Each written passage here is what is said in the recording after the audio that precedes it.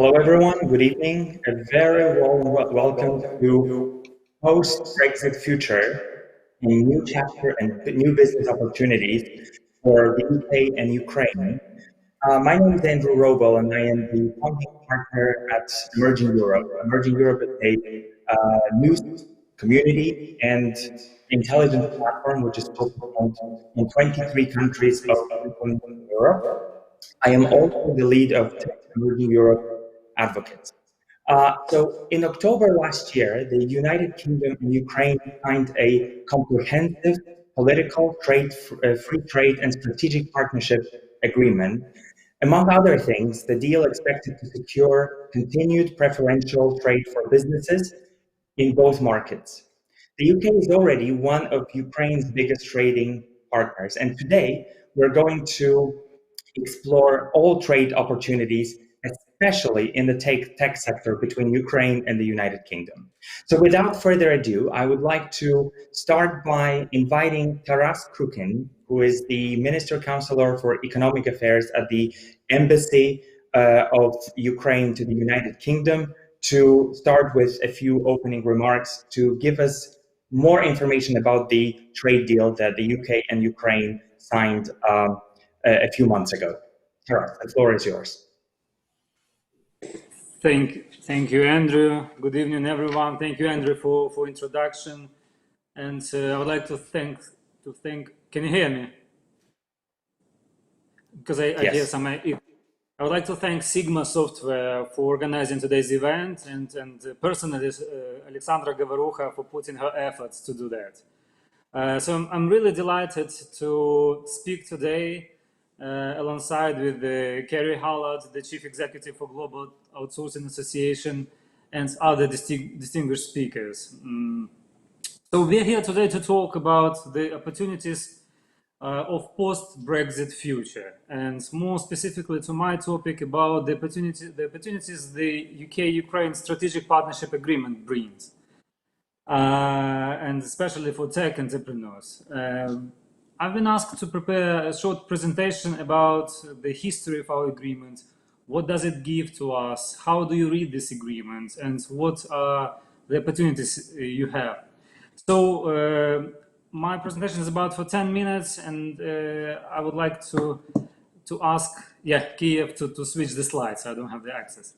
All right. So first of all, I would like to make a short recap where we are right now in terms of Brexit and this new chapter and new era. So as you all very well aware, at the beginning of last year, in January, the UK has left the EU, but the transition period has ended just recently on New Year Eve, on 31st of December 2020. So from 1st January 2021, the UK has entered this new post-Brexit era of trade, when it realizes its independent trade policy and builds new trade partnerships with its partners. We can go next. What does it mean in terms of all these agreements and trade deals? So from 1st January 2021, EU trade agreements no longer apply to the UK. As a member of EU, United Kingdom used more than 40 trade agreements covering more than 70 countries, including Ukraine-EU Association Agreement. So someone might ask, what happens if we don't have this agreement? What does it give? What does it mean to us? Well, first of all, it brings a lot of problems and can we go back? A lot of problems and troubles for existing partnerships and supply chains.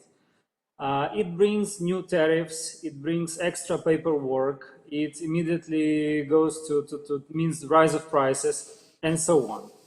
So the main task for UK was to, we can go to the next slide. The main task of UK was to secure somehow the continuity in trade.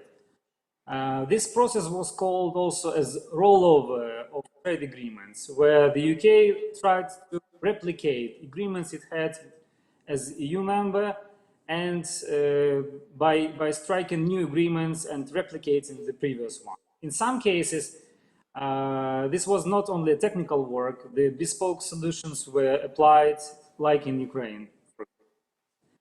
So these new agreements they bring us they secure the preferential access and preferential treatment. So for this moment, the UK has already secured and agreed more than 60 agreements with more than 60 countries. Some of these agreements were already fully ratified, some provisionally applied, but in terms of Ukraine, our agreement is in force right now. We can go next. So we started this preparation immediately after the referendum on Brexit. In 2017, the consultation started.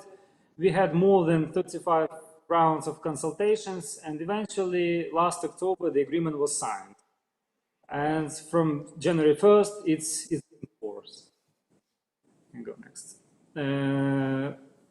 When you hear about the agreement, you can see some very nice. Yeah, we can go. You can see. Can we go more? You can see how the politicians and involved people call it historic, landmark, new chapter, new era. What does it mean for us? Well, first of all, it strengthens the political and trade ties we have. It brings our relations to a new level, which we call strategic partnership level. It secures our trade, but what important is a starting point even for further liberalization. So in a nutshell, for Ukraine, this agreement is the largest bilateral treaty agreement we have right now with one country. It covers goods and services, because not all the free trade agreements cover services and other areas as well. Immediately from this year, 98% of our goods will receive the free access to UK market. And in 2023, 100% of our goods will be full access.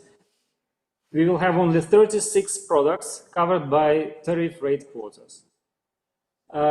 We can go next.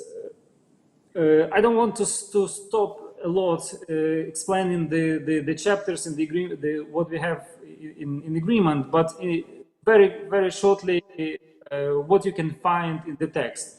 So in preamble, you will find most important facts about Ukraine and UK, like for us important points about the recognition of Russia's actions, commitments to enhance cooperation, and so on.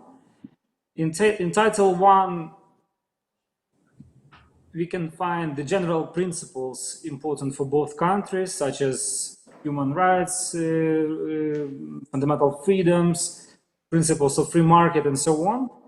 Title 2 is about political dialogue and cooperation in foreign and security policy.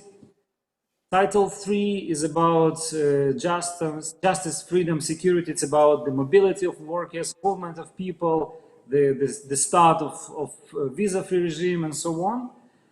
Title 4 is probably the core of the text. It regulates trade, both goods and services. Title 5 is about economic cooperation in different spheres. We have 20 chapters and we regulate the spheres. Title 6 is about the financial assistance maybe provided by UK government to achieve this agreement. And Title 7 is about the institutions and bodies we have to oversee and implement the agreement. Okay, now probably the more important part for today's webinar is what about the IT? How do we implement it? How do we use the agreements when we talk about the IT services and tech technologies? We can go to the next slide and miss this one. Next one. So let's first of all discuss what are we talking about. Are we talking about the services or data? Of course, it's services. It was decided by WTO like 10 years ago that when you talk about IT and trade, we talk about trade in service. Sometimes, of course, it's goods. Can we go back? It's goods when we talk about the product or hardware. But mostly, in terms of today's webinar, we will talk about the services. In the agreement, you will find the words as computer services or computer and related services. They cover all the services that our exporters and UK exporters can provide, and this is defined by United Nations classification. You can find it on Google. It's easy to find. So next slide. What did UK and Ukraine agree on this trade in services and trade in services in IT sector? So we agreed to liberalize establishment and trade. This is very important, two words, establishment and trade, because when we talk about the liberalization in services, we talk about two main categories of these commitments, or we call liberalization, we call them commitments. It's about market access, how our suppliers enter the UK market and vice versa. When we talk about market access, we talk about that no restrictions may be applied if one country has already liberalized its market. And the second category of commitments is national treatment of suppliers. So once the supplier has entered the market, the other party cannot restrict it or cannot, they cannot discriminate this supplier against its own suppliers. So that's very important for us that these two categories are in the agreement. We can go next.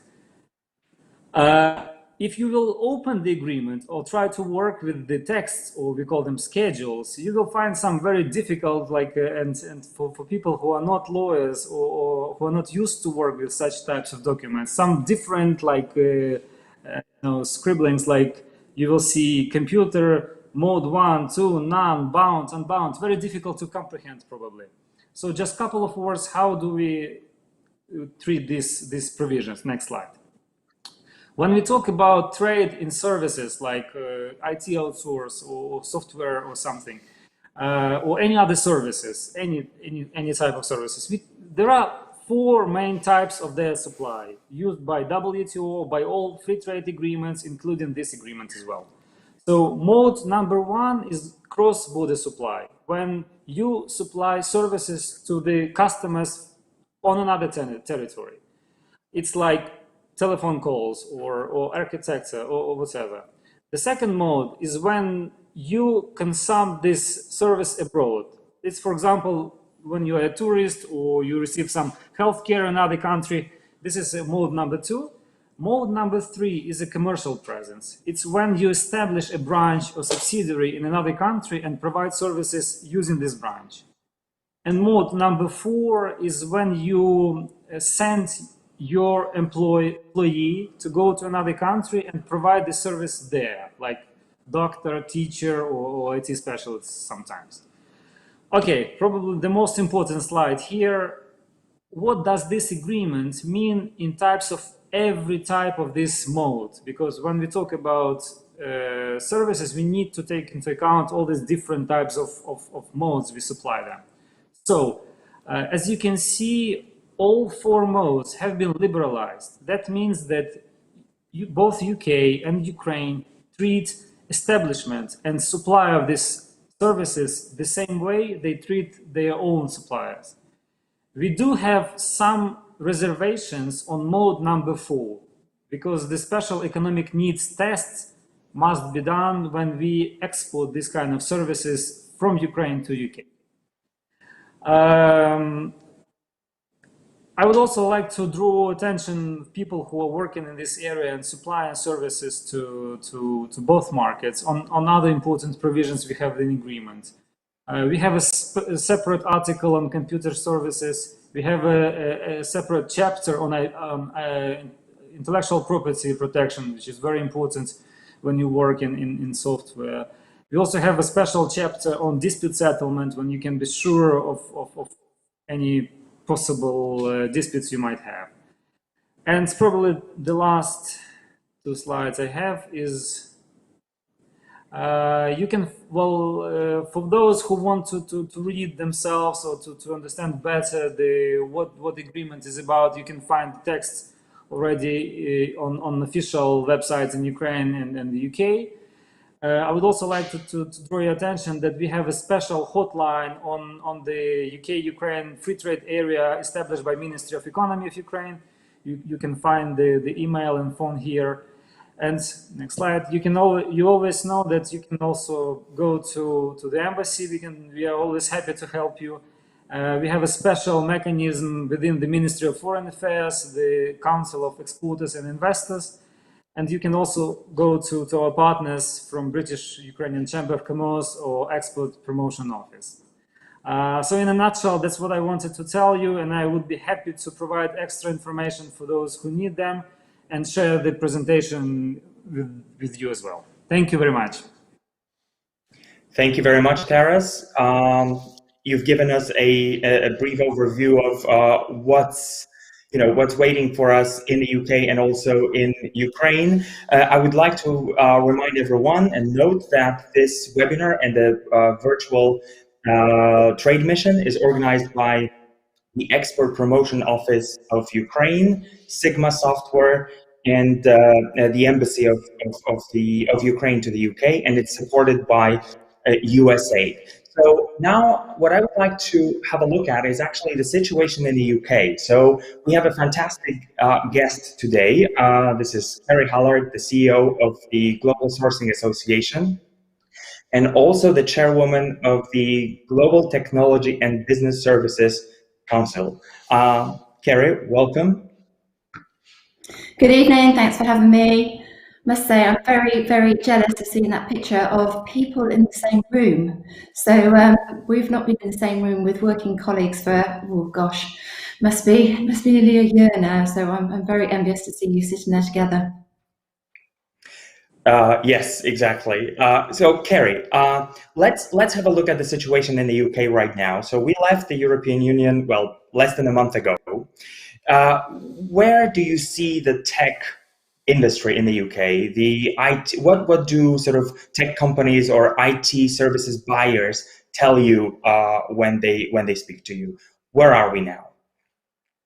Okay, so let's take a step back and look at what actually happened when the pandemic hit. So obviously a massive shock for everybody. It was a huge mobilization to have people working from home. And I think if we look at the response of both the global technology and business services industry, it was absolutely phenomenal how well all those organizations worked to have their people working from home. They didn't just keep the lights on for their customers in the UK or all around the world, they actually kept the wheels turning. So I think our industry, both global technology and business services, responded incredibly well. Trust and partnerships increased during the pandemic and continues to increase. The way that organisations partnered and collaborated with their partners around the world was absolutely phenomenal. And as a result of that, the industry's grown. So despite the pandemic, we saw, according to research that we've done, we did collaboratively with Everest Research, we saw a 1% growth in the industry over 2020, and we are predicting that the industry will grow between 3 and 5% in 2021. So a hugely positive story for the industry and huge prospects for the industry as businesses, UK businesses, what they're saying to me is, these projects that they've had and they've been thinking about for 3 to 5 years, they suddenly had to make them happen and get them over the line.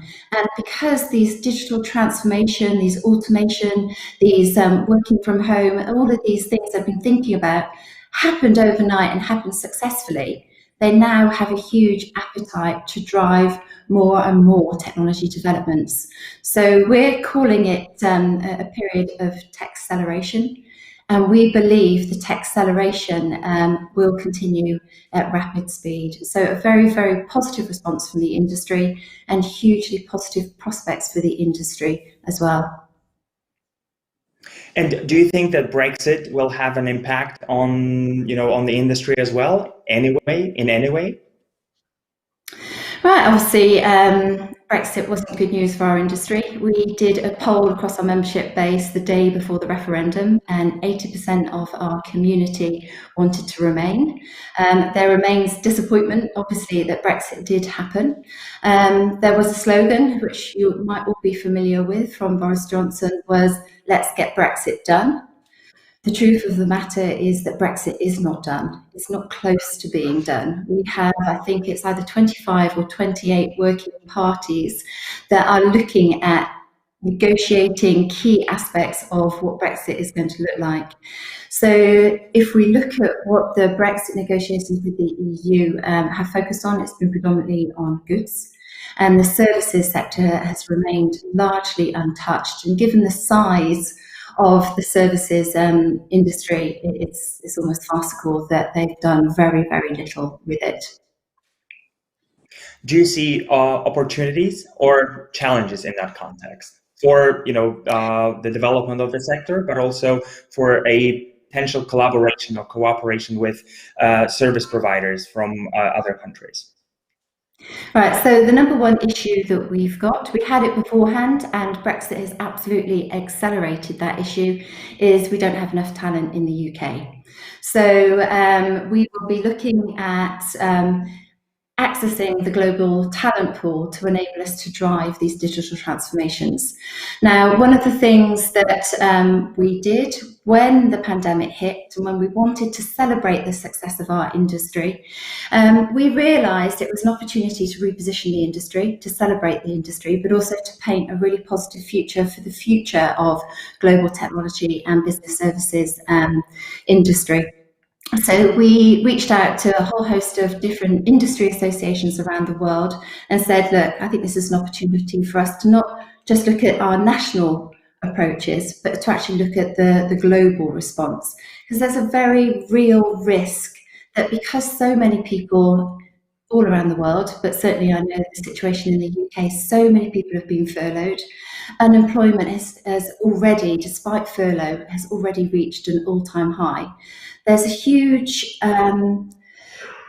desire, I guess, or feeling that we should become very protectionist and nationalistic in our employment approaches.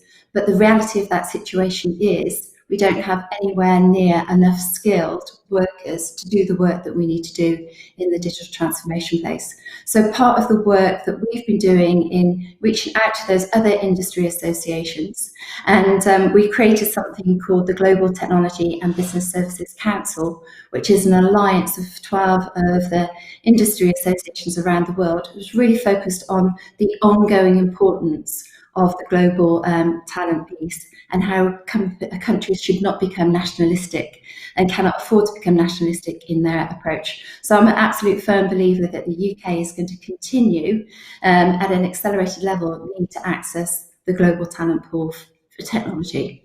I think the figures are something like we've got a 65% requirement to upskill British workers to fill the requirements that we've got at the moment.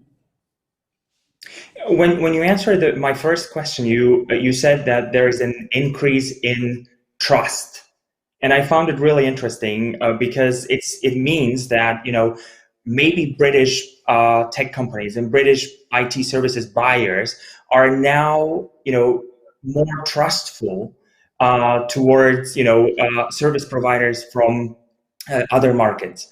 Do you see that as an opportunity for service providers from countries like Ukraine? Yeah, absolutely. I think the UK has historically always been a very avid user of offshore delivery destinations and has always partnered with different countries around the world. That is going to continue unabated. I'm certain, very certain of that. And Ukraine has got a huge opportunity. It is a very talent-rich destination. It's a cost-effective destination, and it's near shore. And that is one of the things that I think, we'll see is changing with major UK buyers, is they're looking for building resilience, and they're looking for building a much more blended global delivery footprint. So it's not everything being off far shore, it's actually having a good blend of far shore and near shore. So yeah, Ukraine has every potential, and obviously with the agreement signed, every potential to increase its trading relationship with the UK for technology and business services. At the moment, I think I've been looking at the figures, it's pretty small. I think it's about 62 million is exported to Ukraine for business services, not just IT, for business services, but we're exporting closer to 25 billion to India.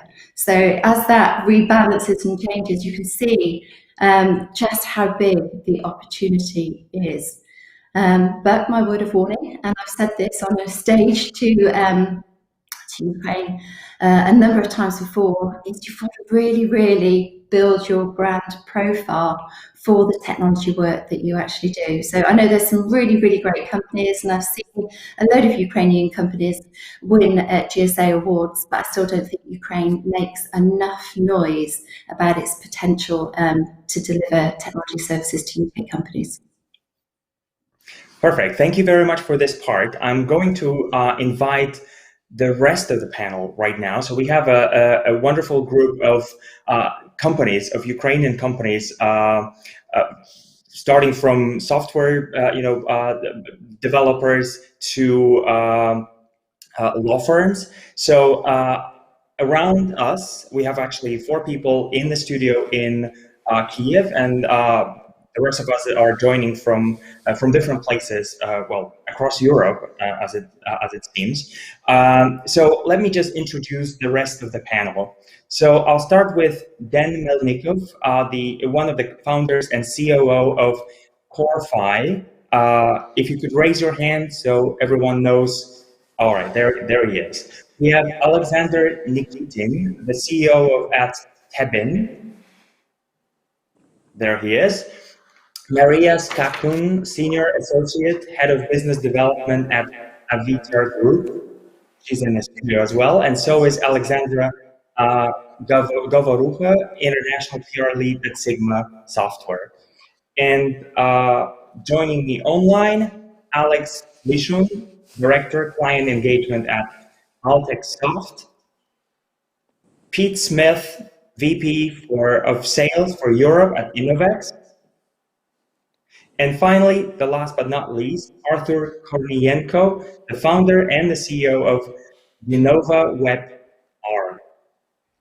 So I am going to start with Maria. I would like to ask you, about both what Kerry was saying about the opportunities in the UK market, but also about the trade agreement that Taras was describing to us earlier.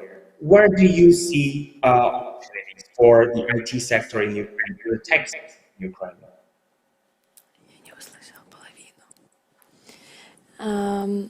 Hi, where do you see opportunity? Sorry, let me just repeat the question. Concerning the trade agreement, which is a legal matter, actually, and also the opportunities that Kerry was talking about, where do you see opportunities for the tech sector in Ukraine or service providers out of Ukraine? Yes, thank you for this question. I think that it is a huge opportunity for us to show this increasing level of Ukrainian services, and especially in tech industry, because Ukrainian people, we were always very creative, and it is the perfect moment for this cooperation of UK stability and Ukrainian creativity. From our perspective, for example, we are working day by day with the Ukrainian IT business, and we see this increasing level of all of the skill set, yes, that we have, and from the view of our company, it will be the very special moment to show the level of not only the development services in Ukraine, but also the legal services which we are providing. All right, thank you very much. We have three large software companies here. We have Alexandra, we have Pete, and we also have Alex. I would like to hear from you where you see the opportunities for your companies. Alexandra, can we start with you? Okay, let's start. Ukraine is really, as Maria said, is full of creative people, and we have around 200,000 developers, top-notch developers right now. And I see the good opportunity of connection with the UK market, considering Brexit and considering new ways of cooperation. Also, it's important that we have a lot of startups and startup initiatives in our country, and IT service companies work with startups and help them grow. For example, Sigma Software has around 20 partner products in our portfolio, and we help our clients by integrating ready products, not by building them from the scratch, and reducing their costs this way.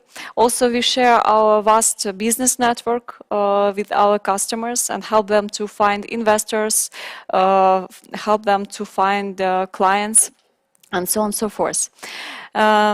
It's important to say that that for some people in the UK, probably they have their own perception of Ukraine as a post-Soviet country with not very good reputation regarding corruption or war. But these things are changing, and we work hard on building a new Ukraine, and with the help of tech people especially, because tech sphere is number 2 in Ukraine by expert services right now. And I have to say that, first of all,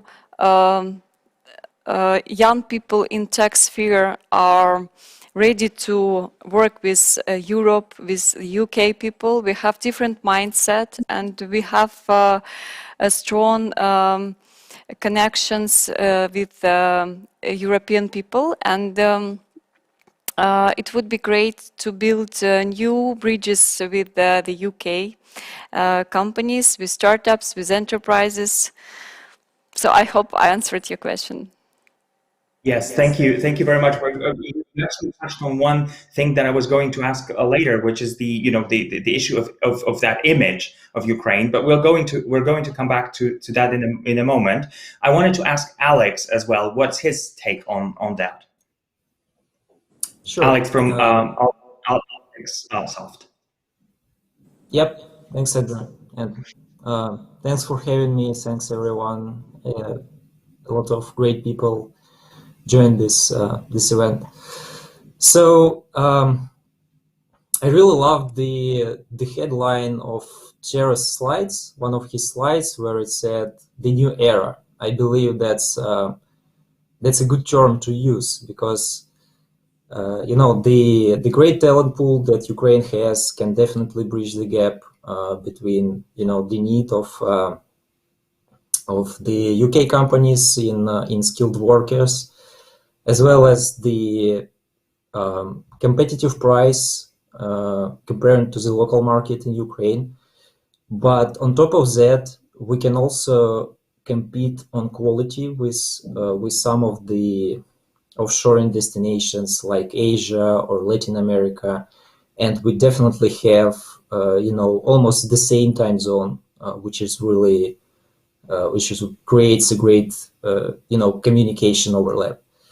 So, for example, we provide data engineering and data consulting services, and like just 2 or 3 years ago, the UK companies were hesitant to share their data outside the UK, especially outside the EU. And it was, nearly impossible after the GDPR was introduced. And so this agreement will definitely help to build this awareness and trust between businesses in the UK and Ukraine.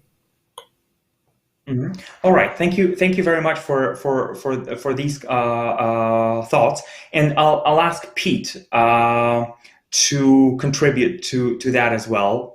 Pete, what's your thoughts on that? Hi, yeah, good evening. Thank you very much for inviting us to the presentation today. Yeah, I mean, I would echo some of the comments that we've already heard today, but one of the things that we've looked at Innovecs. Innovecs is a fairly well-established company. We have established processes. We're delivering solutions globally, and we're dealing with all sorts of high-end customers.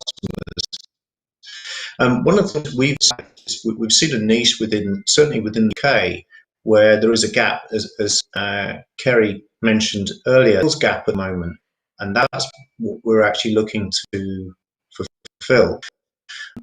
One of the that came out in a couple of recent surveys is that top CEOs really want to see on, and that's really what we do, to come in and offer a service which is really second to none. I think that's where we have the advantage.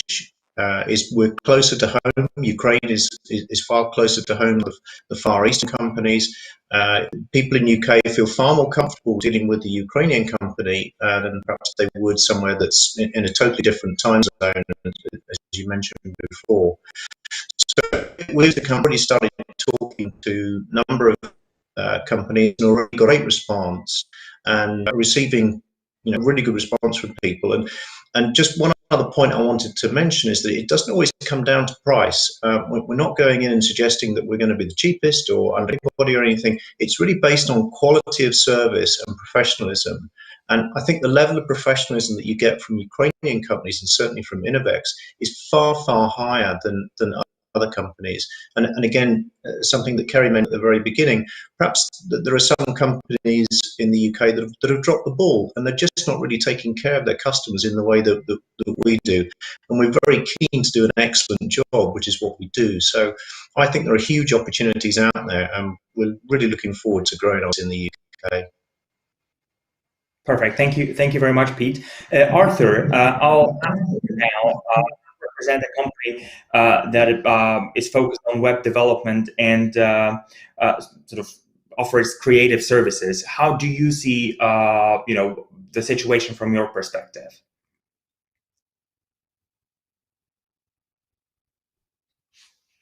Arthur, can you hear us?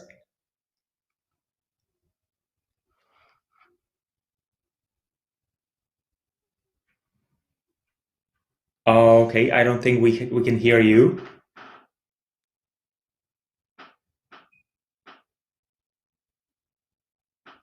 All right, so I'll come back to you in a second, and I'll speak to the fintech company and also the engineering company first, because they are sort of on the border of those IT related. Are you with us now? No, I can't hear you. Okay, all right. So let's look at. Let's speak to Dan briefly. Dan, what's the situation like for you? Well, first of all, thank you for inviting me. Good evening. I think it's you're absolutely right. We're on the edge. We are at the same time a technology company and providing ways to pay in different countries around the world.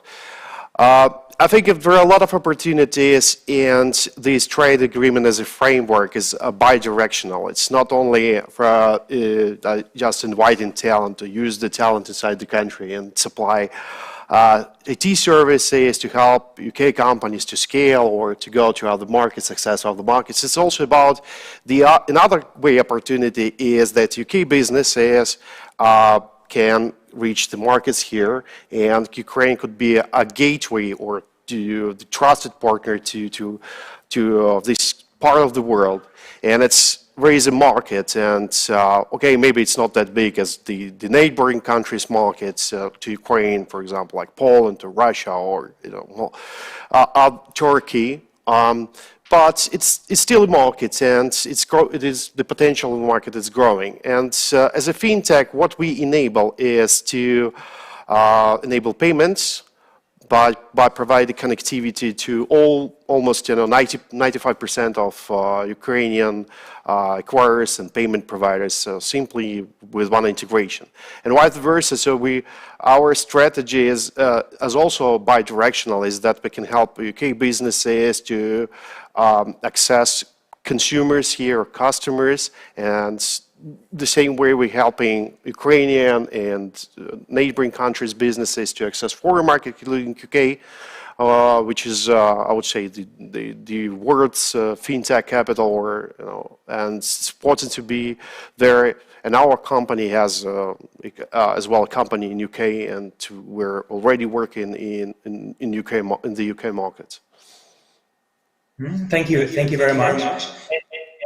Alexander, Alexander is the CEO of an engineering company and a construction company. So how do you see that from your perspective? Thank you, Andrew. I see a really big opportunity for us as engineers, and also in a combination with tech companies, because if we are talking about industrial strategy of UK and digital build Britain, we in the UK you have quite a big challenges to digitalize construction and building sectors. And if we are talking about digital twins and digital construction, it's very difficult to say, is it still engineering or is it IT? It's becoming more and more IT. And if we are combining this effort, like we are already doing with Sigma Software in the other markets like Sweden, then we can contribute to the industrial strategy of the UK with our talents, because it's quite a challenging task, and you need a lot of digital driven people in order to make this transformation happen.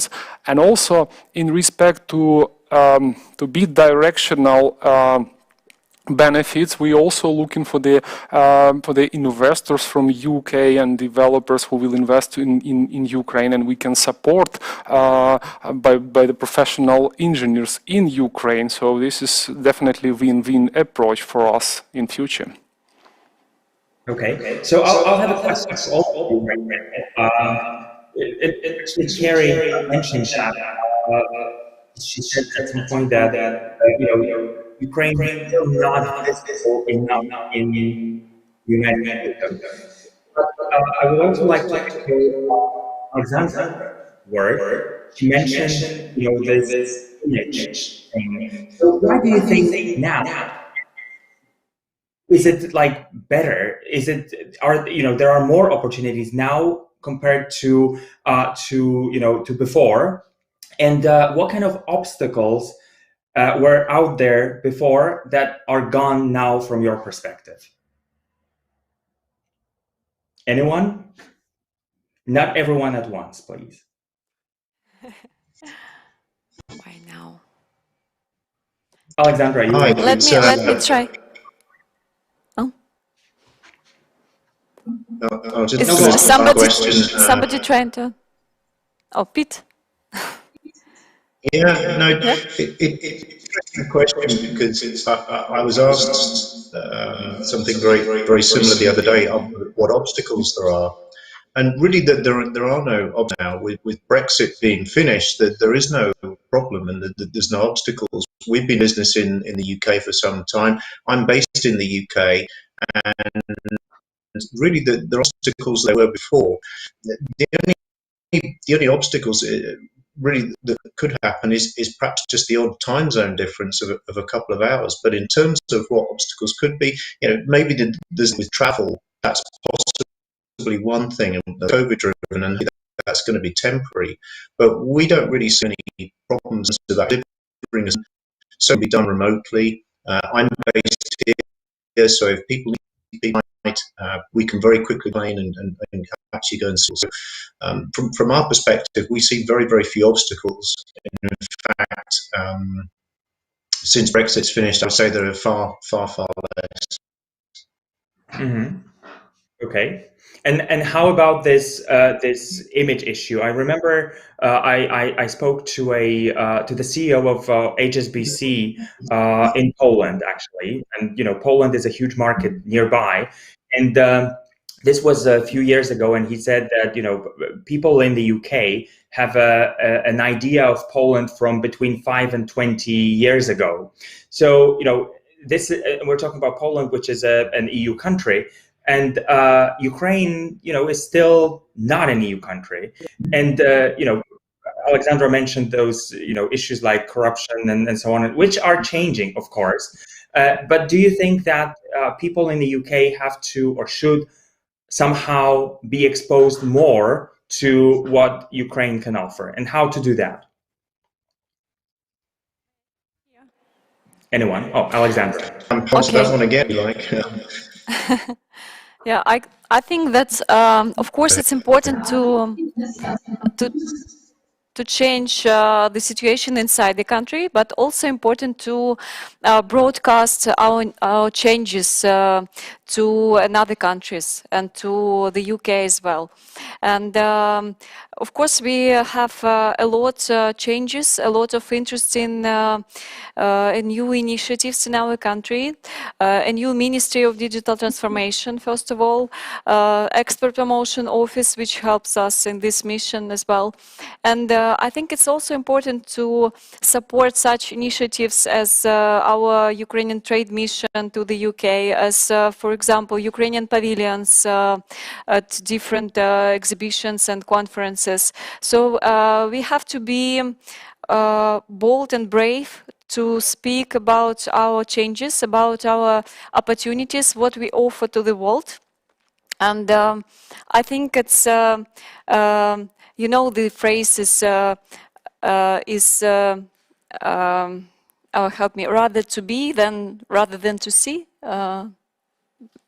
I forgot this phrase. Yeah, so I think it's important to be and to be seen as a country with a good reputation. So the work inside of country is important, but we have not forget about the PR of our country, the building new image of it. And I personally involved in different initiatives which helps this image. I was organizing London Tech Week Ukrainian event together with the Embassy of Ukraine to the UK and with Expert Promotion Office and Kyiv IT Cluster.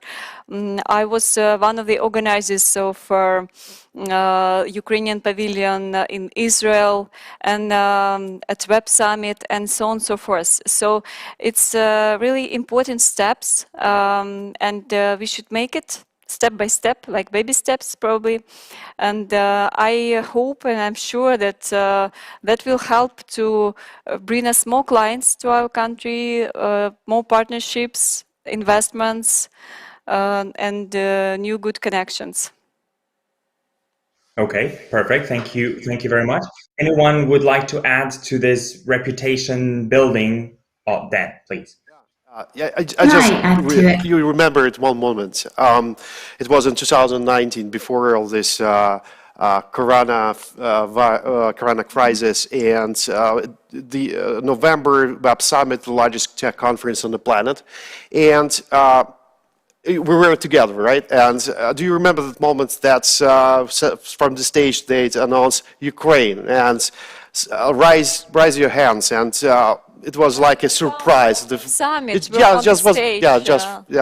first moment, very beginning, and we raised our hands, and they just announced on the stage that it was that time the largest community came from Ukraine and joined the summit at that time. So it's extremely big country in terms of population, right, in territory in Europe, and it's plays significant role in tech if I'm right, so this is China is #1 outsourcing country, second in India and Ukraine. Yeah, could you imagine that we have a population more than 40 million people and not a billion people, right? So that we have concentration of the talent, right? And we are able to build a lot of technologies, products, and deliver things. And we're already on the way to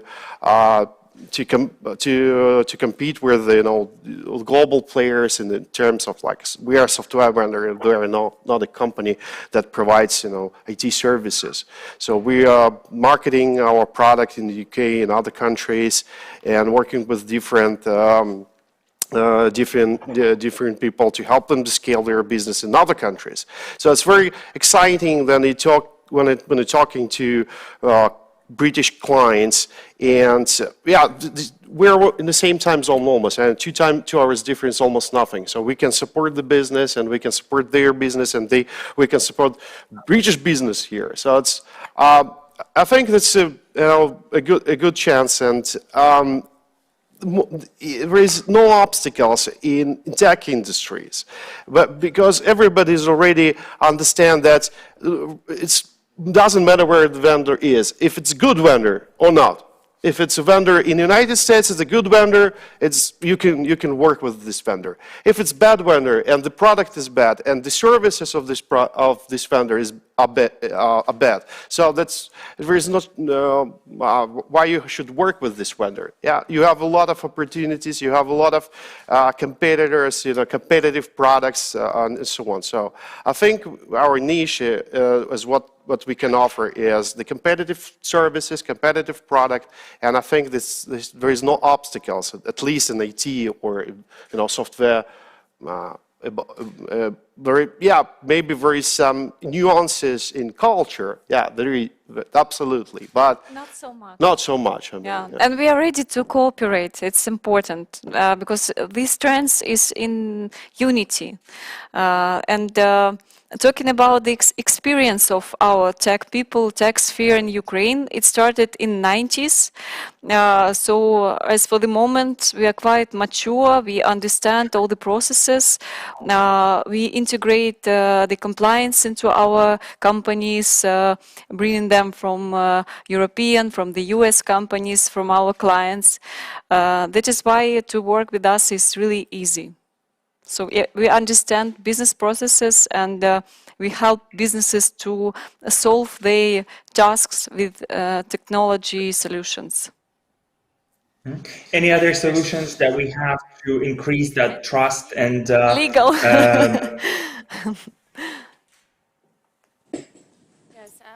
So can I jump in here, Andrew? Okay. I wanted just to add, that we had all of this. Okay, I'm sorry. Yeah, there seems to be a terrible lag and echo. Can you hear me? Yes. Yeah, okay. I just wanted to jump in there because this is my recent personal experience with Ukraine. So I'm a major fan. I think there are no obstacles. I think you have lots of opportunities. I've visited Ukraine several times and been really impressed by everybody I've met and I've seen.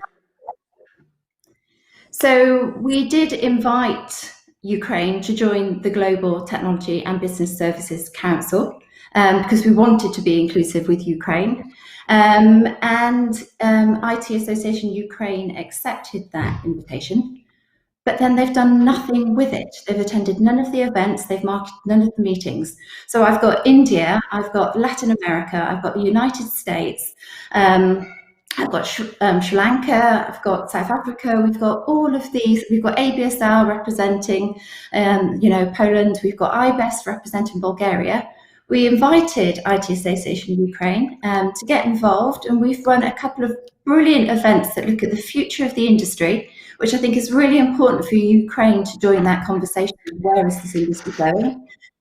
2 weeks ago, we had a fantastic event on impact sourcing, which is all about ethical sourcing in this industry. And the next event we've got is on open talent and the future of gig, which is going to be the biggest game changer. And Ukraine has not participated at all in any of those conversations. So I think it's a really missed opportunity for Ukraine. And I'd like to call out and see if anybody wants to pick up the mantle there and bring Ukraine back in. But in addition to that, I just wanted to pick up a couple of points. What Peter said is absolutely right. You don't want to sell on being cheap. You want to sell on quality, and I think that's a really key message that Ukraine has got. There is the quality message there, so do stick with that. And then my other observation, just in case I don't get to say anything else this evening, is you've got to promote brand Ukraine. So one of my concerns about Ukraine was competition between some of the regions and the promotion of Lviv IT cluster versus what Kiev can do. I think it's just really, really important message that you come together as promoting Ukraine and what Ukraine's got to offer. So I just wanted to get a couple of points over there. Thank you very much, Kerry.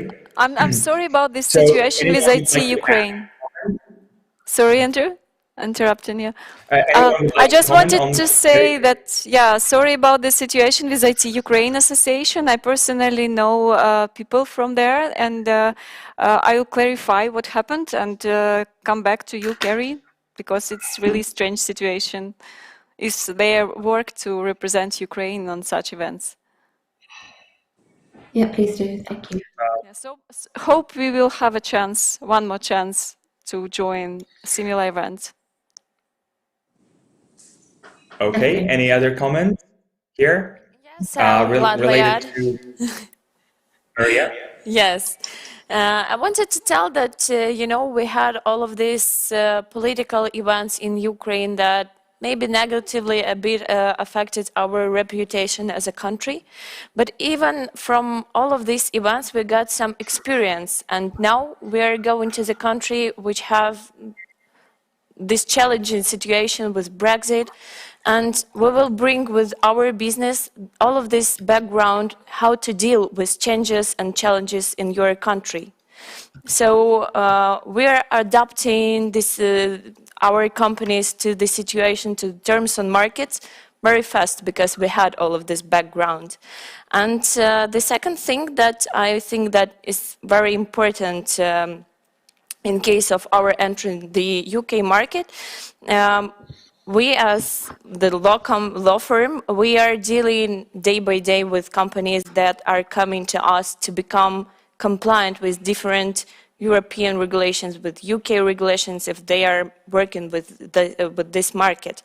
So from like my point of view, from this year, the last 2 years, the number of companies, Ukrainian companies who want to become compliant with all of these regulations, it is increasing, very fastly increasing, and it means that we are not just entering this market, we're entering it with all of the compliance solutions that would be really simple to adopt it to already work in UK business, to cooperate with compliant business. It is much easier than other way.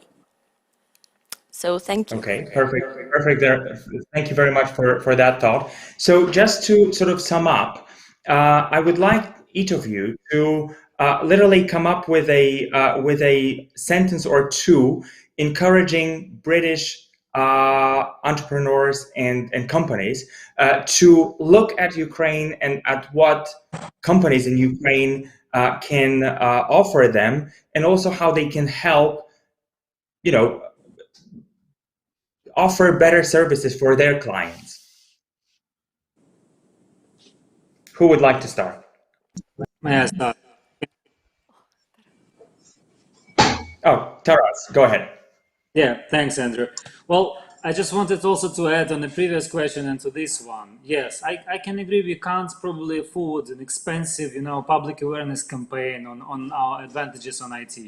Probably that's true. And for the moment, we use, you know, the grapevine when the happy client tells another client. And you mentioned the HSBC. You know, the majority of high street banks, they work with Ukrainian developers. probably that's well-known fact, and most of them work and do. You know, that's just several months ago, we visited Lord Mayor of City of London, and the first question he asked us is that, I know that Ukraine is strong on fintech. Can we enhance this cooperation? Because I know that your developers are very well. And so, you know, a lot of UK companies are cooperating with Ukrainians and do, you know, the world-class products. For example, we are very strong in science. In this June, the UK company is going to launch, for example, a moon rover, and R&D center is in Ukraine, in Dnipro, and they use the Ukrainian engineers to do that, and so many examples of that. So I do hope that, well, we will do everything we can to, you know, to deliver these positive messages to UK business and to explain where we are strong.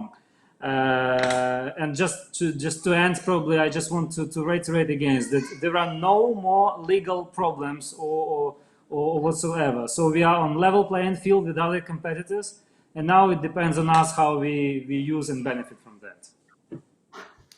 Thank you very much, Taras. I know that Arthur's mic is now working, and he hasn't had a chance to say anything so far. So I would like to briefly ask him, you know, what he believes Ukraine can, or how he believes Ukraine can help UK companies. Arthur? Can you hear me now? Yes. I hope. Great. So we have been working with UK market for 4 or 5 years, and we haven't had any problems with them. Usually we work in e-commerce, where we help UK companies, UK e-commerce brands grow from the local markets to the international ones, and we don't have any problems. We just should start working with them. And while after we started and building this collaboration with clients, then we continue work for ages. So no one, we don't lose any client from the UK. We continue working with current clients and only bring new ones, because they already know what Ukraine tech sector can do. Maybe one thing, some of our clients don't like to share experience working with us, with other friends or other company. Maybe they want to keep the secrets by their own. But globally, everything good. We can work. Maybe you mentioned about one thing, that about price, and we try to tell our clients that we're not cheap but affordable. It's very good case to show them that you can compete with another countries. I think that's all. Okay. Perfect. Thank you very much. We actually have a very similar question, you know, in our chat related to being competitive versus other non-EU countries, and I'm talking about Ukraine being competitive against other EU countries and non-EU countries. How would you see that? We talked about the price, that it's, you know, it doesn't always matter, or it's not always the key point. What other aspects make companies from Ukraine more competitive than you know, other players in the market? I think quality. We usually provide a good quality for our clients, and I know a lot of companies in Ukraine that provide a good quality. It's very our internal market is very competitive. You could live here only if you provide good quality. That's why we can.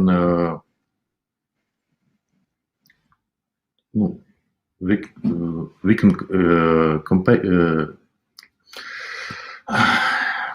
It's our additional value between our country neighbors. But is that, and I'm directing this question to everyone on the panel, do you think that this quality is better than you know, what other companies in other countries, non-EU and EU countries offer, or is it, where is this you know, competitive advantage of Ukrainian companies? Dan, go ahead. the price. It's about the value. Your customer, you are creating the value. If you can bring more value to the customer, then he pays for this value. So this is your competitive advantage. So in general, right?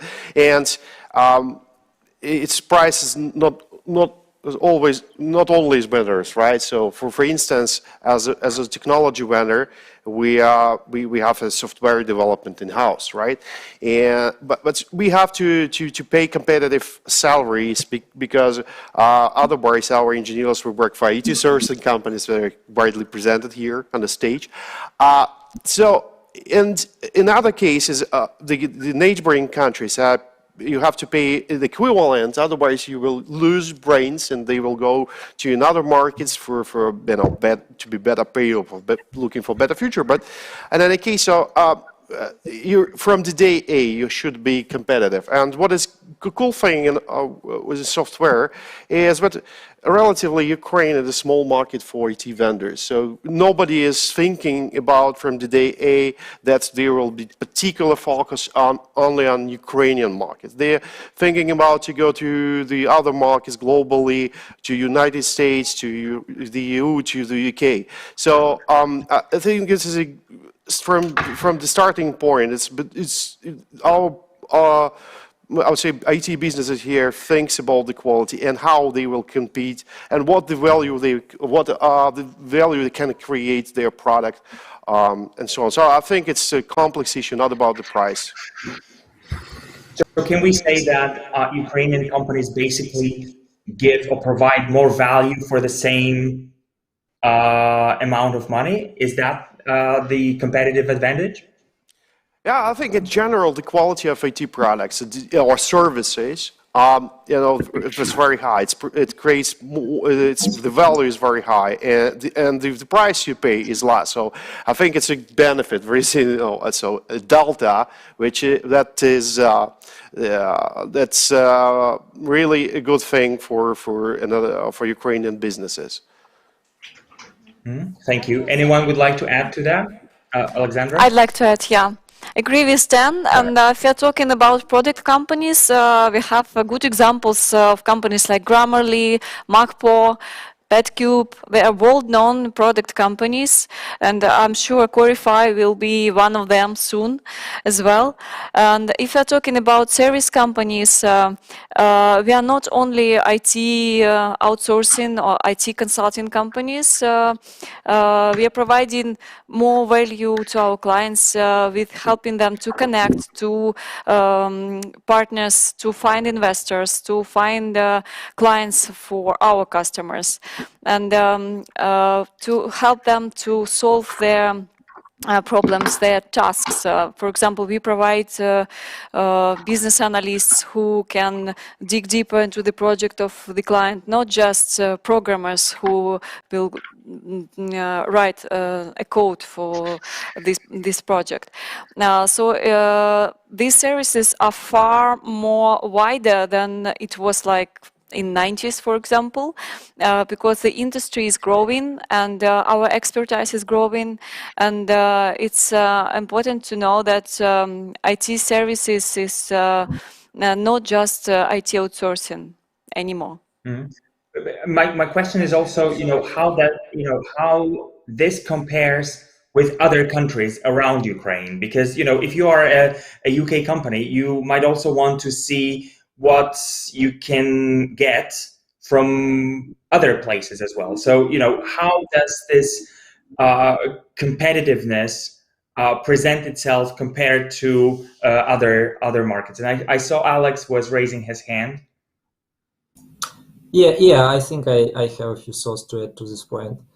So Alexandra named a few A-class, top-notch world companies, and why I think it's important to learn why those companies trust their people, which are based in Ukraine.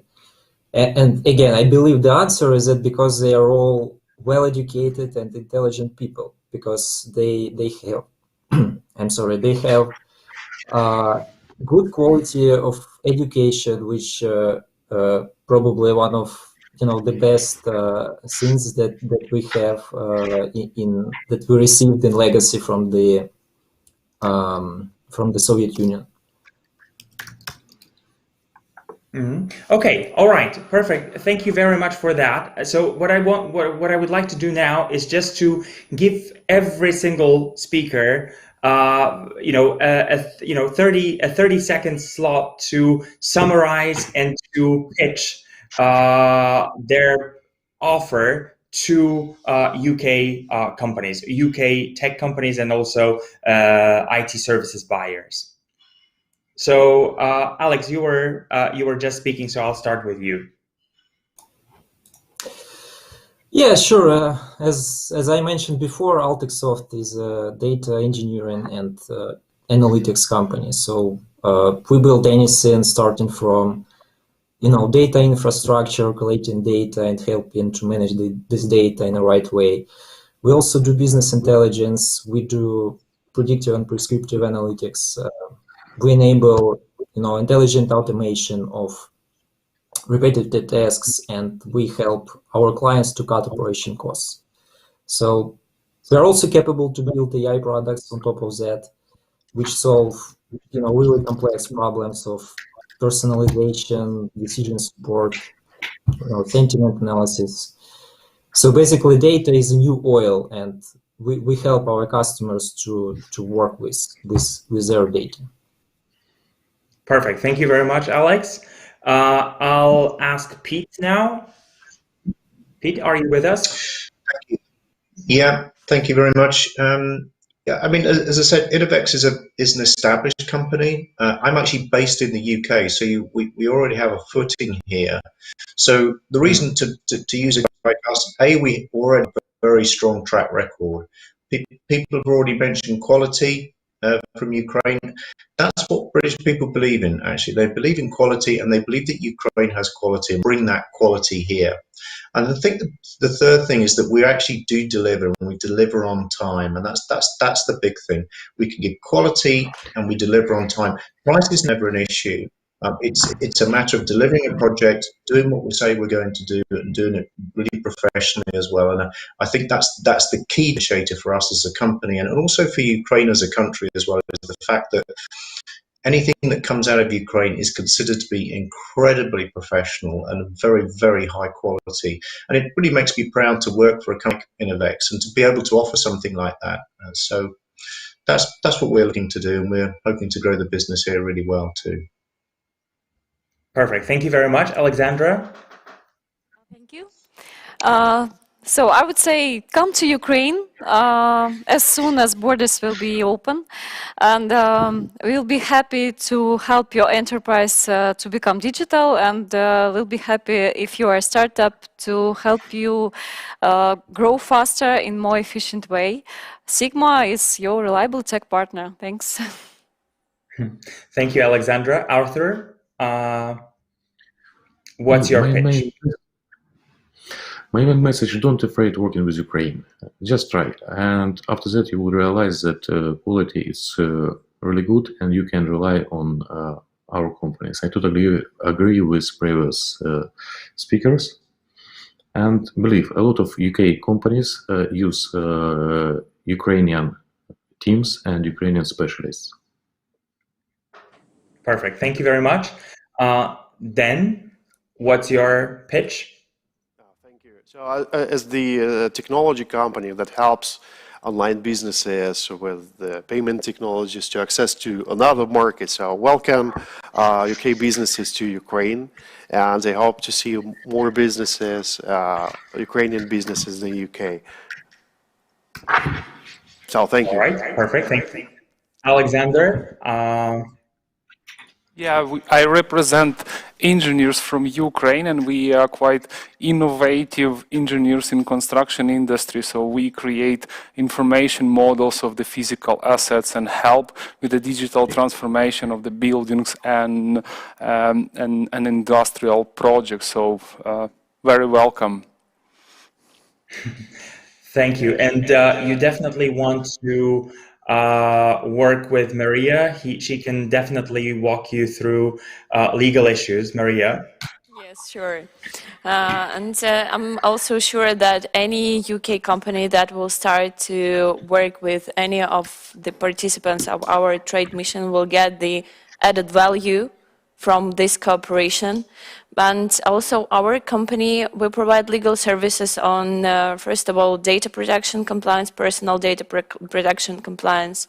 And we help companies to run their online activities compliantly with requirements of markets that they are targeting.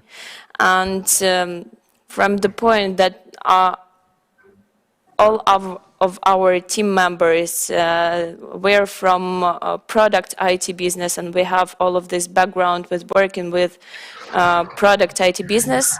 We're always finding a balance between the operational needs of business and legal requirements. So I think that this cooperation with our company will help you to reach all your main targets.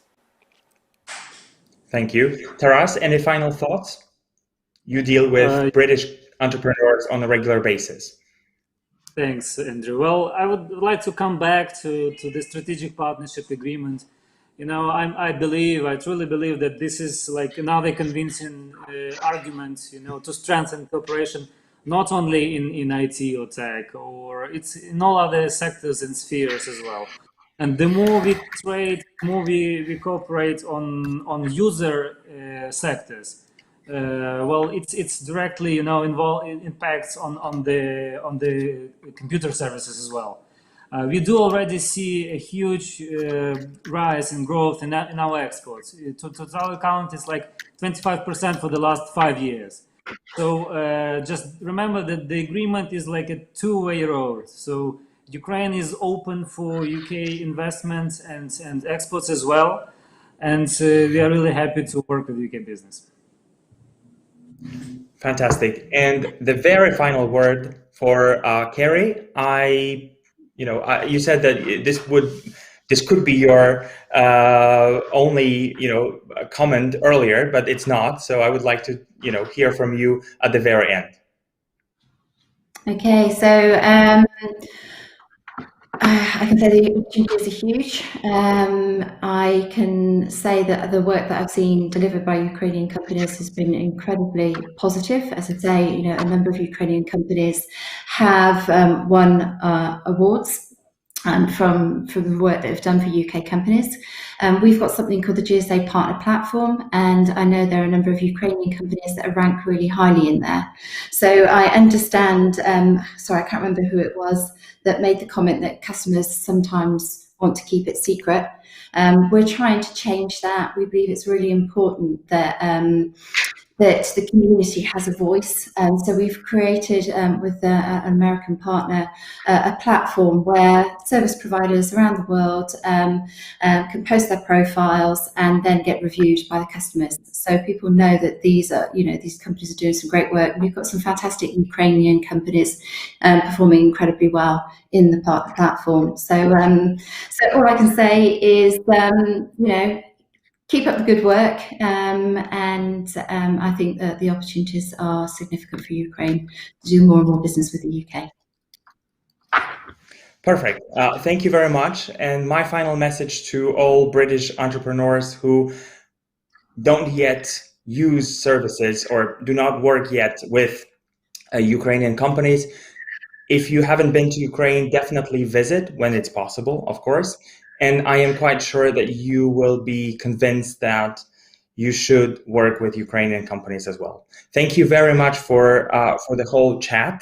It was a pleasure to chair it today, and see you in Ukraine. Andrew, let me take a few seconds and to say thank you to Andrew, who was moderating and who is our media partner, Emerging Europe. Thank you so much. And also, I'd like to say thank you to all the companies who joined the mission: Innovecs, Avitar, Tebin, AltexSoft, Corefy, GenovaWebArt, and to our partners, Expert Promotion Office, the Embassy of Ukraine to the UK, and USAID competitive economy program of Ukraine. Thank you so much, guys, and thank you for this brilliant venue who provided streaming today in the hub by Innovecs. And bye. Hope to see you all later. Welcome.